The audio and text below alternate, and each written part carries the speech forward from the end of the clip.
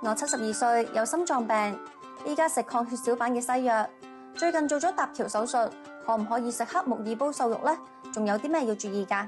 咁呢位長者咧，佢就食緊啲抗血小板嘅西藥啦。咁通常都會配搭一啲咧阿士匹靈啊，或者係薄血丸咧，咁樣呢啲組合咧去食嘅。咁目的咧就係希望啲血咧就稀啲，唔好咁結。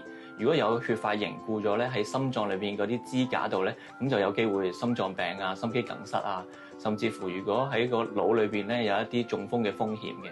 咁所以咧食住呢啲藥咧，就希望啲血係稀啲、流暢啲啦。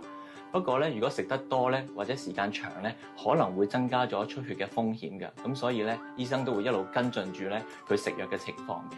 咁如果呢位長者咧，佢平時冇咩出血嘅情況喎，譬如話冇流牙血啊、冇胃出血啊、冇痔瘡出血啊，呢啲咁樣嘅出血風險嘅話咧，其實佢係可以食黑木耳嘅。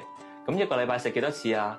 咁一個禮拜可以食2-3次嘅，就冇需要話日日都要食嘅。咁另外有啲病人都會問，可唔可以食一啲丹參啊、田七啊，咁樣活血化瘀咧，令到嗰啲血更加稀啲咧，咁樣咁其實都可以按照佢個身體情況咧，諮詢下中醫師嘅意見。